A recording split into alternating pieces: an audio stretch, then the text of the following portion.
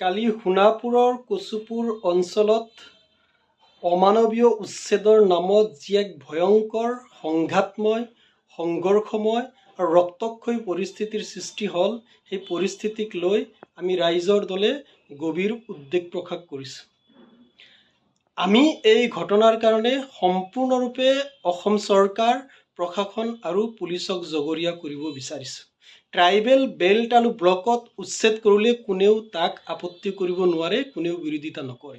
কিন্তু উচ্ছেদৰ নামত এনেকুৱা ধৰণে নিজৰ দেশৰ নাগৰিকক, এনেকুৱা ধৰণে নিজৰ ৰাজ্যৰ অসমীয়া লোকসকলক যদি গুলীয়াই হত্যা কৰা হয়, গুলীয়াই আঘাতপ্ৰাপ্ত কৰা হয়, তেতিয়াহ'লে তাৰ বিৰুদ্ধে নিশ্চয় সকলোৱে মাত মাতিব। ইচ্ছা কৰিলে চৰকাৰ, প্ৰশাসন আৰু পুলিচৰ লোকসকলে সম্পূৰ্ণ শান্তিপূৰ্ণৰূপে গণতান্ত্ৰিকভাৱে ৰাইজৰ সহযোগিতা লৈ এই উচ্ছেদ কাৰ্য সমাপন কৰিব পাৰিলেহেঁতেন। আমি ৰাইজৰ দলে স্পষ্ট কৰি দিব বিচাৰিছোঁ, আমি উচ্ছেদৰ বিৰোধিতা কৰা নাই, কিন্তু আমি সদায় কৈ আহিছোঁ যে উচ্ছেদ কৰাৰ পূৰ্বে তাত বসবাস কৰি থকা ভূমিহীন লোকসকলৰ পুনৰ সংস্থাপনৰ ব্যৱস্থা চৰকাৰখনে কৰা উচিত। যদিহে চৰকাৰখনে এই ব্যৱস্থা গ্ৰহণ কৰি তাত উচ্ছেদৰ কাৰ্য সমাপন কৰিলেহেঁতেন, তেতিয়াহ'লে কোনো ধৰণৰ অপ্ৰীতিকৰ, কোনো ধৰণৰ সংঘাতময়, কোনো ধৰণৰ সংঘৰ্ষময় আৰু কোনো ধৰণৰ ৰক্তক্ষয়ী ঘটনাৰ সৃষ্টি নহ'লেহেঁতেন। কিন্তু অত্যন্ত দুৰ্ভাগ্যজনক কথা, হিমন্ত বিশ্ব শৰ্মাৰ চৰকাৰখনে, প্ৰশাসনে আৰু অসম পুলিচে উচ্ছেদ কৰিবলগীয়া যিবোৰ মানৱীয় নীতি আছে, যিবিলাক নীতি পালন কৰিব লাগে, সেই নীতিবিলাক পালন নকৰাৰ কাৰণে কালি এনেকুৱা ধৰণৰ এক ৰক্তক্ষয়ী পৰিস্থিতিৰ সৃষ্টি হ'ল। আমি পোৱা খবৰ মতে ইতিমধ্যে অসম আৰক্ষীৰ গুলীত 4জনকৈ লোকে প্ৰাণ হেৰুৱাবলগীয়া হৈছে। কেইবাজন লোক এতিয়াও সংকটজনক অৱস্থাত আছে। আমাৰ অসম আৰক্ষীৰো বহু কেইজন লোক আঘাতপ্ৰাপ্ত হ'বলগীয়া হৈছে। আজি যি এই পৰিস্থিতিৰ সৃষ্টি হ'ল, তাৰ কাৰণে জগৰীয়া কোন? নিশ্চিতভাৱে হিমন্ত বিশ্ব শৰ্মাৰ চৰকাৰখন, প্ৰশাসন আৰু হিমন্ত বিশ্ব শৰ্মাৰ নিৰ্দেশত চলা অসম আৰক্ষী জগৰীয়া হ'ব। কাৰণ চৰকাৰ, প্ৰশাসন আৰু আৰক্ষীৰ লোকে বিচাৰিলে সম্পূৰ্ণ শান্তিপূৰ্ণভাৱে নীতি নিয়মৰ মাজেদি উচ্ছেদ কাৰ্য সমাপন কৰিব পাৰিলেহেঁতেন। কিন্তু আমি দেখিছোঁ যে হিমন্ত বিশ্ব শৰ্মাৰ চৰকাৰখন সম্পূৰ্ণৰূপে ফেচিষ্ট হৈ পৰিছে, সম্পূৰ্ণৰূপে সাম্প্ৰদায়িক হৈ পৰিছে। তেওঁলোকে প্ৰতিটো কথা আৰু কাম কেৱল হিন্দু আৰু মুছলমানৰ নামত সংঘাত সৃষ্টি কৰি ঘৃণা বিয়পাই তেওঁলোকে ৰাজনীতি কৰিব বিচাৰি আছে। আৰু সেইকাৰণেই আজি আমি দেখিছোঁ যে অসমত আচলতে নাগৰিকৰ জীৱনৰ মূল্য সম্পূৰ্ণৰূপে নোহোৱাই পৰিছে।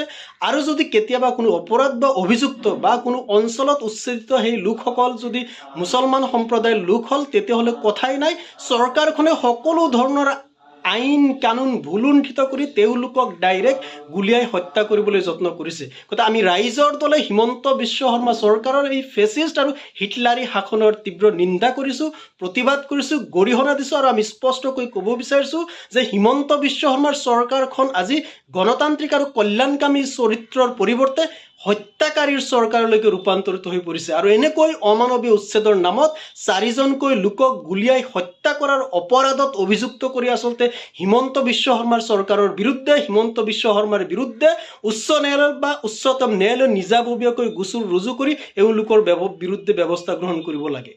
আমি দ্বিতীয় কথাটো ক'ব বিচাৰিছোঁ, ইতিমধ্যে যিসকল লোক উচ্ছেদ কৰা হ'ল, সেই উচ্ছেদত লোকসকলৰ পুনৰ সংস্থাপনৰ ব্যৱস্থা চৰকাৰে যাতে কৰে, তাৰ কাৰণে আমি দাবী উত্থাপন কৰিছোঁ। আৰু তৃতীয় কথাটো হ'ল যে যিসকল গুৰুতৰভাৱে অসুস্থ হৈ আছে, GMCত চিকিৎসাধীন হৈ আছে, সেই লোকসকলে এতিয়ালৈকে উপযুক্ত চিকিৎসা পোৱা নাই বুলি আমি বিভিন্ন ভুক্তভোগীসকলৰ পৰা শুনিছোঁ। গতিকে আমি দাবী জনাইছোঁ যে অতি শীঘ্ৰে GMCত চিকিৎসাধীন হৈ থকা বা অন্য চিকিৎসালয়ত চিকিৎসাধীন হৈ থকা সেই গুৰুতৰভাৱে অসুস্থ লোকসকলক আৰোগ্য কৰি তোলাৰ কাৰণে চৰকাৰখনে ব্যৱস্থা গ্ৰহণ কৰক। নিশ্চিতভাৱে আমি বিচাৰিম যে অসম আৰক্ষীৰ যিসকল লোক গুৰুতৰভাৱে অসুস্থ হৈ আছে, তেওঁলোককো অতি শীঘ্ৰে আৰোগ্য কৰাৰ কাৰণে চৰকাৰে ব্যৱস্থা গ্ৰহণ কৰক, সেই দাবী আমি উত্থাপন জনাইছোঁ। আমি এই খবৰ পাই অতি আচৰিত হৈছোঁ যে হিমন্ত বিশ্ব শৰ্মা চৰকাৰৰ দিনত কেনেকুৱা ধৰণে মানৱতা ভুলুণ্ঠিত হৈছে, কেনেকুৱা ধৰণে বৰ্বৰ ঘটনা সংঘটিত হৈছে, এই কথাটো শুনিলে আপোনালোকে আচৰিত হ'ব যে দিনৰ 12টা বজাত গুলীয়াগুলি সংঘটিত হৈছে। দিনৰ 12টা বজাত গুলী খাই আৰ্তনাদ কৰি পৰি থকা লোকসকলক চৰকাৰ আৰু প্ৰশাসনৰ লোকসকলে তেওঁলোকক উপযুক্ত চিকিৎসাৰ কাৰণে চিকিৎসালয়ত ভৰ্তি কৰিব দিয়া নাই, ৰাইজক গাঁওখনৰ বাহিৰলৈ ওলাই আহিব দিয়া নাই, এটা বেলেগ ধৰণৰ তাতে পৰিস্থিতিৰ সৃষ্টি কৰিছে। বাহিৰৰ পৰা মানুহে গৈ বিভিন্ন দল সংগঠনৰ লোকসকলে গৈ নিশা 8টা-10টা বজাত সেই গুলিত আঘাতপ্ৰাপ্ত হৈ চিৎকাৰ কৰি থকা লোকসকলক তেওঁলোকে চিকিৎসালয়ত ভৰ্তি কৰিবলৈ গৈছে। গতিকে হিমন্ত বিশ্ব শৰ্মা চৰকাৰৰ দিনত অসমত মানৱতাৰ ভুলুণ্ঠিত হৈছে, গণতান্ত্ৰিক অধিকাৰ সম্পূৰ্ণৰূপে নোহোৱা হৈ পৰিছে, আৰু হিমন্ত বিশ্ব শৰ্মা চৰকাৰৰ দিনত আমাৰ অসমৰ মানুহৰ জীৱনৰ সম্পূৰ্ণৰূপে মূল্য নোহোৱা হৈ পৰিছে। গতিকে মই সকলোকে জাতি ধৰ্ম বৰ্ণ ভাষা নিৰ্বিশেষে হিমন্ত বিশ্ব শৰ্মা চৰকাৰে ফেচিষ্ট আৰু হিটলাৰী শাসনৰ বিৰুদ্ধে মাত মাতিবলৈ আহ্বান জনাইছোঁ, নহ'লে অসমখন ভয়ংকৰ এটা দিনত ভয়ংকৰ দিশলৈ কিন্তু গতি কৰিছে।